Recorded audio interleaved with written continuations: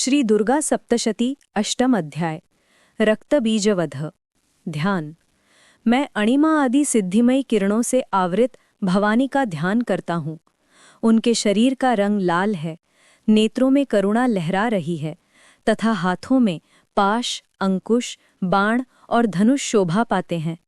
ऋषि कहते हैं, चंड और मुंड नामक दैत्यों के मारे जाने तथा बहुत सी सेना का संहार हो जाने पर दैत्यों के राजा प्रतापी शुंभ की मन में बड़ा क्रोध हुआ और उसने दैत्यों की संपूर्ण सेना को युद्ध के लिए कूच करने की आज्ञा दी।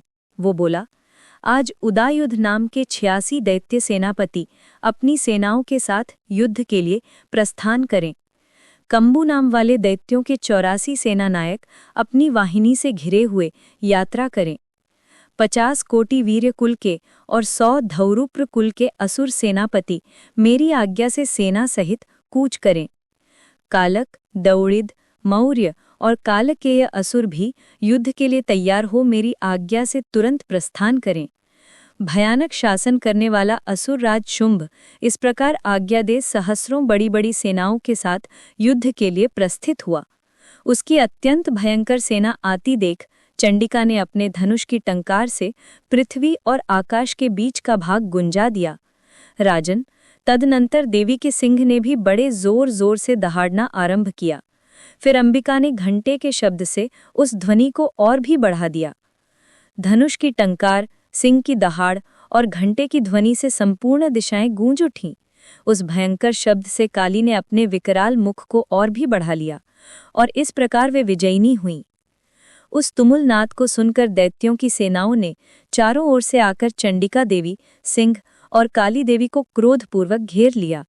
राजन, इसी बीच में असुरों के विनाश तथा देवताओं के अभ्युदय के लिए ब्रह्मा, शिव, कार्तिकेय, विष्णु तथा इंद्र आदि देवों की शक्तियां, जो अत्यंत पराक्रम और बल से संपन्न थीं, उनके शरीरों से निकलकर उन्हीं के रूप में चंडिका देवी के पास गईं।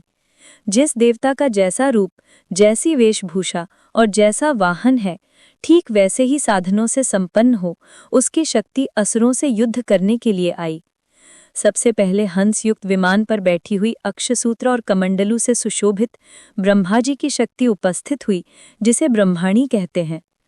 महादेव जी की शक्ति वृषभ पर आरूढ़ हो, हाथों में श्रेष्ठ त्रिशूल धारण किए, महानाग का कंकण पहने, मस्तक में चंद्र रेखा से विभूषित हो वहां आ पहुंची।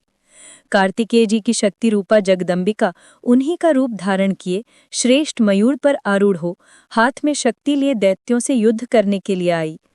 इसी प्रकार भगवान विष्णु की शक्ति गरुड़ पर विराजमान हो, शंख, चक्र, गदा, शार्ंग, धनुष तथा खड्ग हाथ में लिए वहां आई। अनुपम यज्ञवराह का रूप धारण करने वाले श्री हरि की जो शक्ति है, वो भी वराह शरीर धारण करके वहां उपस्थित हुई। नारसिंही शक्ति भी नृसिंह के समान शरीर धारण करके वहां आई। उसकी गर्दन के बालों के झटके से आकाश के तारे बिखरे पड़ते थे। इसी प्रकार इंद्र की शक्ति वज्र हाथ में लिए गजराज ऐरावत पर बैठकर आई। उसके भी सहस्त्र नेत्र थे। इंद्र का जैसा रूप है वैसा ही उसका भी था। तदनंतर उन देव शक्तियों से घिरे हुए महादेव जी ने चंडिका से कहा, मेरी प्रसन्नता के लिए तुम शीघ्र ही इन असुरों का संहार करो। तब देवी के शरीर से अत्यंत भयंकर और परम उग्र चंडिका शक्ति प्रकट हुई, जो सैकड़ों गीदड़ियों की भांति आवाज करने वाली थी। उस अपराजिता देवी ने धूमिल जटा वाले महादेव जी से कहा, भगवन, आप शुंभ निशुंभ के पास दूत बनकर जाइए और उन अत्यंत गर्वी दानव शुंभ एवं निशुंभ दोनों से कहिए, साथ ही उनके अतिरिक्त जो दानव युद्ध के लिए वहां उपस्थित हों उनको भी ये संदेश दीजिए, दैत्यों, यदि तुम जीवित रहना चाहते हो तो पाताल को लौट जाओ। इंद्र को त्रिलोकी का राज्य मिल जाए और देवता यज्ञ भाग का उपभोग करें। यदि बल के घमंड में आकर तुम युद्ध की अभिलाषा रखते हो तो आओ, मेरी शिवाएं यानी योगिनियां तुम्हारे कच्चे मांस से तृप्त हों। चूंकि उस देवी ने भगवान शिव को दूत के कार्य में नियुक्त किया था, इसलिए वह शिवदूती के नाम से संसार में विख्यात हुई। वे महादैत्य भी भगवान शिव के मुख से देवी के वचन सुनकर क्रोध में भर गए और जहां कात्यायनी विराजमान थीं उस ओर बढ़े। तदनंतर वे दैत्य अमर्ष में भरकर पहले ही देवी के ऊपर बाण, शक्ति और रिष्टि आदि अस्त्रों की वृष्टि करने लगे। तब देवी ने भी खेल खेल में ही धनुष की टंकार की और उससे छोड़े हुए बड़े बड़े बाणों द्वारा दैत्यों के चलाए हुए बाण, शूल, शक्ति और फरसों को काट डाला। फिर काली उनके आगे होकर शत्रुओं को शूल के प्रहार से विदीर्ण करने लगी और खटवांग से उनका कचूमर निकालती हुई रणभूमि में विचरने लगी। ब्रह्माणी भी जिस ओर दौड़ती उसी ओर अपने कमंडलू का जल छिड़क कर शत्रुओं के ओज और पराक्रम को नष्ट कर देती थीं। माहेश्वरी ने त्रिशूल से और वैष्णवी ने चक्र से दैत्यों का संहार आरंभ कर दिया। कुमारी ने शक्ति से और वाराही ने खड्ग से महादैत्य रक्तगीज को घायल किया। इंद्र शक्ति के वज्र प्रहार से विदीर्ण हो सैकड़ों दैत्य दानव रक्त की धारा बहाते हुए पृथ्वी पर सो गए। वाराही ने कितनों को अपनी थुथुनी की मार से नष्ट किया, दाढ़ों के अग्रभाग से कितनों की छाती छेद डाली और कितने ही दैत्य उसके चक्र की चोट से विदीर्ण होकर गिर पड़े। नारसिंही भी दूसरे महादैत्यों को अपने नखों से विदीर्ण करके खाती और सिंहनाद से दिशाओं और आकाश को गुंजाती हुई युद्ध क्षेत्र में विचरने लगी। कितने ही असुर शिवदूती के प्रचंड अट्टहास से अत्यंत भयभीत होकर पृथ्वी पर गिर पड़े और गिरने पर उन्हें शिवदूती ने उस समय अपना ग्रास बना लिया। इस प्रकार क्रोध में भरे हुए मातृगणों को नाना प्रकार के उपायों से बड़े बड़े असुरों का मर्दन करते देख दैत्य सैनिक भाग खड़े हुए।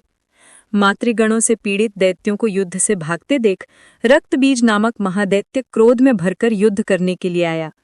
उसके शरीर से जब रक्त की बूंद पृथ्वी पर गिरती तब उसी के समान शक्तिशाली एक दूसरा महादैत्य पृथ्वी पर पैदा हो जाता। महासुर रक्तबीज हाथ में गदा लेकर इंद्र शक्ति के साथ युद्ध करने लगा। तब ऐन्द्री ने अपने वज्र से रक्तबीज को मारा। वज्र से घायल होने पर उसके शरीर से बहुत सा रक्त चूने लगा और उससे उसी के समान रूप और पराक्रम वाले योद्धा उत्पन्न होने लगे। उसके शरीर से रक्त की जितनी बूंदें गिरी उतने ही पुरुष उत्पन्न हो गए। वे सब रक्तबीज के समान ही वीर्यवान, बलवान और पराक्रमी थे। वे रक्त से उत्पन्न होने वाले पुरुष भी अत्यंत भयंकर अस्त्र शस्त्रों का प्रहार करते हुए वहां मातृगणों के साथ घोर युद्ध करने लगे। पुनः वज्र के प्रहार से जब उसका मस्तक घायल हुआ तब रक्त बहने लगा और उससे हजारों पुरुष उत्पन्न हो गए। वैष्णवी ने युद्ध में रक्तबीज पर चक्र का प्रहार किया और ऐन्द्री ने उस दैत्य सेनापति को गदा से चोट पहुंचाई।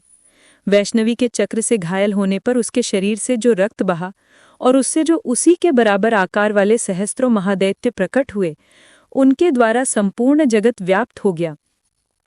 कौमारी ने शक्ति से और वाराही ने खड्ग से महादैत्य रक्तबीज को घायल किया। क्रोध में भरे हुए उस महादैत्य रक्तबीज ने भी गदा से सभी मातृशक्तियों पर पृथक पृथक प्रहार किया। शक्ति और शूल आदि से अनेक बार घायल होने पर जो उसके शरीर से रक्त की धारा पृथ्वी पर गिरी, उससे भी निश्चय ही सैकड़ों असुर उत्पन्न हुए। इस प्रकार उस महादैत्य के रक्त से प्रकट हुए असुरों द्वारा संपूर्ण जगत व्याप्त हो गया। इससे उन देवताओं को बड़ा भय हुआ। देवताओं को उदास देख चंडिका ने काली से शीघ्रतापूर्वक कहा, चामुंडे, तुम अपना मुख और भी फैलाओ और मेरे शस्त्रपात से गिरने वाले रक्त बिंदुओं और उनसे उत्पन्न होने वाले महादैत्यों का तुम अपने इस उतावले मुख से खा जाओ। इस प्रकार रक्त से उत्पन्न होने वाले महादैत्यों का भक्षण करती हुई तुम रण में विचरती रहो। ऐसा करने से उस दैत्य का सारा रक्त क्षीण हो जाने पर वो स्वयं भी नष्ट हो जाएगा। उन भयंकर दैत्यों को जब तुम खा जाओगी तब दूसरे नए दैत्य उत्पन्न नहीं हो सकेंगे। काली से यों कहकर चंडिका देवी ने शूल से रक्त बीज को मारा और काली ने अपने मुख में उसका रक्त ले लिया। तब उसने वहां चंडिका पर गदा से प्रहार किया, किंतु उस गदापात ने देवी को तनिक भी वेदना नहीं पहुंचाई।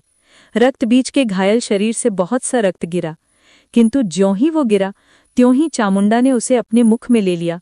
रक्त गिरने से चामुंडा के मुख में जो महादैत्य उत्पन्न हुए उन्हें भी वो चट कर गई और उसने रक्त बीज का रक्त भी पी लिया। तदनंतर देवी ने रक्त बीज को, जिसका रक्त चामुंडा ने पी लिया था, वज्र, बाण, खड्ग तथा रिष्टि आदि से मार डाला। राजन, इस प्रकार शस्त्रों के समुदाय से आहत एवं रक्तहीन हुआ महादैत्य रक्तबीज पृथ्वी पर गिर पड़ा। नरेश्वर, इससे देवताओं को अनुपम हर्ष की प्राप्ति हुई और मातृगण उन असुरों के रक्तपान के मद से उद्धत सा होकर नृत्य करने लगा। इस प्रकार श्री मार्कंडेय पुराण में सावार्णिक मनवंतर की कथा के अंतर्गत देवी महात्म्य में रक्तबीज वध नामक 8वां अध्याय पूरा हुआ।